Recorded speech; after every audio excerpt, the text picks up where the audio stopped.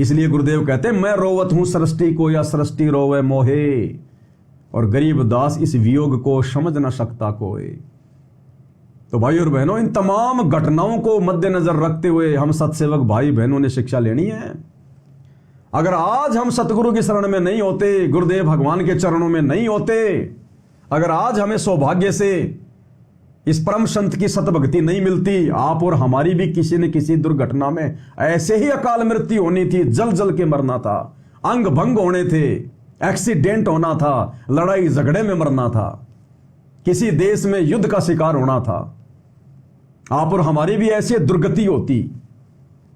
लेकिन इस दीन दयाल सतगुरु ने हमारे किसी पिछले जन्म की भक्ति के कारण परमेश्वर ने हमें अपनी शरण में ले लिया समय रहते, और ये तो सबको शरण में लेने के लिए तैयार हैं। सतगुरु जो सत्संग करता है केवल अपने भक्तों के लिए नहीं करता, समस्त जगत के लिए करता है। ये जगत गुरु हैं, किसी के घर के गुरु नहीं है, किसी देश विशेष के गुरु नहीं है। जगत गुरु का मतलब है जगत यानी संसार, पूरे संसार को ज्ञान देने वाला, पूरे संसार का गुरु है, ये परमात्मा है। लेकिन ये जबरदस्ती नहीं करता, इस परमेश्वर के भी कुछ नियम है, कुछ जो है वो कायदे कानून है। इस काल लोक में आने के बाद परमात्मा भी अपने हिसाब से जो है वो काम करता है। इसलिए गुरुदेव अपनी पहचान अपना ज्ञान दे के करवाता है। और सत्संग हम सुनते नहीं, ज्ञान सुनने को हम तैयार नहीं, अहंकार सामने आ जाता है। बाबा तो जेल में बैठा हुआ है, बाबा तो फलाना है, बाबा के ऊपर तो फला फला इल्जाम लगे हुए हैं, वो कैसे भगवान हो गया, वो कैसे परम संत हो गया। तो तुम्हारे वाले भगवान तो स्वर्ग में बैठे हैं भाई। चलो हमारा भगवान, हमारा गुरु तो जेल में बैठा है, अरे तुम्हारे भगवान तो सिंहासन पर स्वर्ग में बैठे हैं, श्री विष्णु जी, श्री कृष्ण जी। तो उन सिंहासन पर स्वर्ग में बैठे हुए भगवानों ने क्यों नहीं बचाया फिर अपने भक्तों को? थोड़ा बहुत दिमाग पे जोर डालो। बिना गुरु के भक्ति शुरू भी नहीं होती है, शुरू भी। चाहे तुम कितना ही द्वारिकाधीश के मंदिर में जाओ, तुम कितना ही मस्जिद में, चर्चों में, गुरुद्वारों में जाओ, गुरु तो भक्ति शुरू करने की प्रथम कड़ी है। बिना गुरु के चाहे तुम लाखों रुपये का दान तिरुपति में जाके कर दो, व्यर्थ है। जो तुम्हारे भाग्य में है तुम्हें वही मिलेगा। अगर दान कर रहे हो इन मंदिरों में, मस्जिदों में, चर्चों में नकली बाबाओं को, तो ये धर्म तुम्हें अगले जन्म में मिल जाएगा। कुत्ते बन जाओगे किसी बहुत बड़े सेठ के घर में, गाड़ियों में घूमोगे, रोल्स रॉयल में, बढ़िया बढ़िया खाने को भोजन मिलेगा, सोने को एसी मिलेगी। आज किया हुआ दान धर्म तुम्हें अगले जन्म में मिल जाएगा जानवर की योनि में। लेकिन ये मोक्ष नहीं मिलेगा, तुम्हारे ऊपर आने वाली समस्याएं नहीं टलेंगी। तुम्हारे भाग्य में अगर दुर्गति से मरना है तो वही मृत्यु होगी।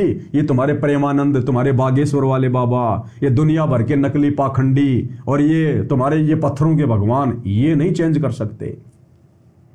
चेंज करने वाला केवल एक ही है, पूर्ण ब्रह्म परमेश्वर, सबका बाप, सबका पिता। और भाई वो भी गुरु रूप में धरती पे आता है, सतगुरु रूप में धरती पर आता है। भाई परमात्मा आके क्या करेगा? इंसानों को समझाएगा ना। समझाने के लिए क्या करेगा? गुरु बनेगा। गुरु यानी ज्ञान देगा। और फिर उनके ज्ञान को समझकर उनकी शरण ग्रहण करनी पड़ती है। फिर जो अमर मंत्र वो देंगे, फिर देखना हमारी आपत्तियां कैसे टलेंगी। ये लोक भी सुखी और परलोक भी सुखी। अब ये जितने भी लोग मरे हैं, इन सब की फोटो पे क्या लिखा जाएगा?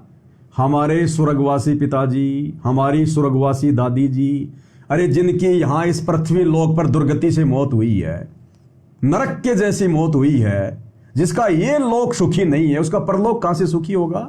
वो स्वर्ग में कहां से चले जाएंगे? जो यहां पर सुखी नहीं रह पाए, वो दूसरे लोक में जाके कहां से सुखी हो जाएंगे? तो भाई और बहनों, ये सौभाग्य भी इस लोक में, इस गंदे लोक में भी सुखी रहने का। और शरीर छोड़ने के बाद, और भक्तों का शरीर ऐसे नहीं छूटता जैसे इनका छूटा है। सतगुरु ऐसे लेके जाएगा अपने भगत को, पता भी नहीं चलेगा। जिस दिन भगत कहेगा कि गुरुदेव मैं तंग आ चुका हूं, परेशान हो चुका हूं मालिक, अब इस गंदे लोक में मुझे नहीं रहना, ये परमात्मा ले चलो मुझे। जब भगत 100 बार नाक रगड़ेगा अपने गुरु के आगे, तब गुरु अपने भगत का शरीर छुटवाएगा। जैसे पका हुआ आम और पेड़ से जरा सी हवा से कैसे गिर जाता है, ऐसे सतगुरु के सच्चे भगत का शरीर छूटता है। सतगुरु के सच्चे भगत की, जो सच्चे सतगुरु का सच्चा भगत होता है, उसकी इन अकाल दुर्घटनाओं में मौत नहीं होती। वो जल के नहीं मरता, एक्सीडेंट में नहीं मरता, लड़ाई झगड़े में नहीं मरता, हॉस्पिटलों में नहीं सड़ता। नहीं तो क्या फायदा फिर भक्ति और भगवान का। तो एक बार इस सतगुरु के सत्संग सुनना शुरू करो, इनकी शरण में तवाओ एक बार, फिर देखो इसके रंग, तुम्हें सब कुछ फीका लगेगा, सब कुछ। तो भाई और बहनों, इसलिए गुरुदेव भगवान हमें बार बार सतलोक की महिमा सुनाते हैं, उस अमर लोक की कथा सुनाते हैं, ताकि हम भाई बहनों का ध्यान, हमारा मन इस गंदे लोक से हटे और सतलोक में लगे। इन घटनाओं के माध्यम से हमारे अंदर एक विशेष चिंतन मनन शुरू होना चाहिए, हमारी हंसी गायब हो जानी चाहिए कि यहां किस बात पे हंसें, किस बात पे मनोरंजन करें। खूब मनोरंजन करते थे वो, गुजरात के लोग थे, डांडिया बहुत खेलते थे, मंदिरों में जा के डांडिया खेला करते थे। क्या काम आया वो डांडिया, कितने दिन की खुशी, जब पता ही नहीं कि आगे हो क्या जाएगा तो खुशी किस बात की भाई।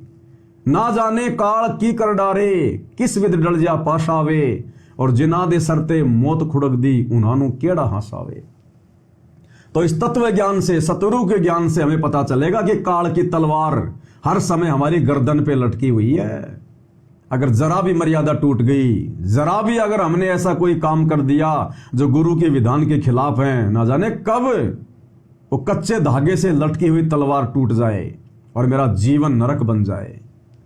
तो सतगुरु का भगत भाई पल पल केवल अपने गुरुदेव के ध्यान में, चिंतन में, अपनी भक्ति में, फालतू की बातों में नहीं, फालतू में किसी के साथ उठना बैठना नहीं, ये निंदा चुगली नहीं, तब जाकर परमात्मा उस भगत की संभाल करता है। तो भाई और बहनों, इसलिए परमेश्वर हमें सतलोक की कथा बताकर इस गंदे लोक से हमारा ध्यान हटाना चाहते हैं। आगे क्या कह रहे हैं गुरुदेव भगवान। तो क्या हाथ लगा नकली आदमी के, उस आत्मा के, कुत्ता बनकर उस कोठी के आसपास घूमेगा तो भी ना लगे। अब बताओ, चले गए ना सारे के सारे, कोई करोड़पति है, कोई अरबपति है, किसी का विदेश में बहुत बड़ा बिजनेस था, अब क्या होगा, अब क्या होगा मेरे भाई। अच्छे कर्म किए होते, सत भक्ति की होती, सबसे बड़ा जो अच्छा कर्म होता ना, वो होता है सतगुरु के शरण में आके सत भक्ति करना, ये है सदकर्म। तो यहां भी सुखी रहते, अगला जन्म भी सुधर जाता, तुरंत परमात्मा उसको मनुष्य जन्म दे देता। पहली बात तो घटना टाल देता परमात्मा। अगर फिर भी मर्यादा तोड़ के भक्ति अगर कर रहा होता तो तुरंत परमात्मा उसको मनुष्य जन्म देता, दोबारा से किसी भगत के घर में तुरंत अपनी भक्ति पे लगाता, 84 में नहीं जाने देता, गधा कुत्ता नहीं बनने देता। अब क्या होगा इनके साथ में, यही तो बता रहे हैं गुरुदेव कि अब क्या होगा उस भोले आदमी के साथ में। भाई जिसकी यहां पर ऐसी दुर्गति से मौत हुई है, इसका मतलब उसकी भक्ति खत्म, और जिसकी भक्ति खत्म, जिसकी यहां कोई रक्षा नहीं हुई, तो अब ऊपर जाएगा धर्मराज के दरबार में, वहां क्या रक्षा बनेगी। फिर 84 लाख योनियों में ठोके जाएंगे, गधे कुत्ते सूअर के शरीर मिलेंगे, नरक में ठोका जाएगा, और वापस फिर 84 में आएगा कुत्ता बन के, और अपनी उस फैक्ट्री, उस मकान के आगे वहां बैठेगा, उसको सिक्योरिटी गार्ड मकान की छाया में भी नहीं बैठने देगा, जो मकान बनाने के लिए उसने दिन रात काम धंधे में सिर लगा दिया। थोड़ी सी भक्ति भी कर लेता तो जीवन सफल हो जाता। तो ये समझा रहे हैं हमें सतगुरुदेव भगवान कि नालायको, तुम तो कम से कम ध्यान रखना, इन घटनाओं से शिक्षा लेना। ये घटनाएं हमारे दिलो दिमाग में बैठ जानी चाहिए इस प्रकार की। ये दुनिया को नहीं पता है, दुनिया के लिए तो आम बात है। कल को अमेरिका में जहाज गिर जाएगा तो हिंदुस्तान वाला भूल जाएंगे, फिर अमेरिका में ध्यान चला जाएगा, फिर कोई नई घटना घट जाएगी, फिर उस पर ध्यान चला जाएगा। दुनिया को कुछ नहीं है। इस तत्व ज्ञान के बिना आदमी विचार भी नहीं कर सकता, चिंतन भी नहीं कर सकता, शिक्षा निकालना तो बहुत दूर की बात है उन घटनाओं से। तो ये भी परमात्मा भक्तों पे ही रजा करते हैं। तो क्या कह रहे हैं गुरुदेव, अब क्या बनेगी उनके साथ।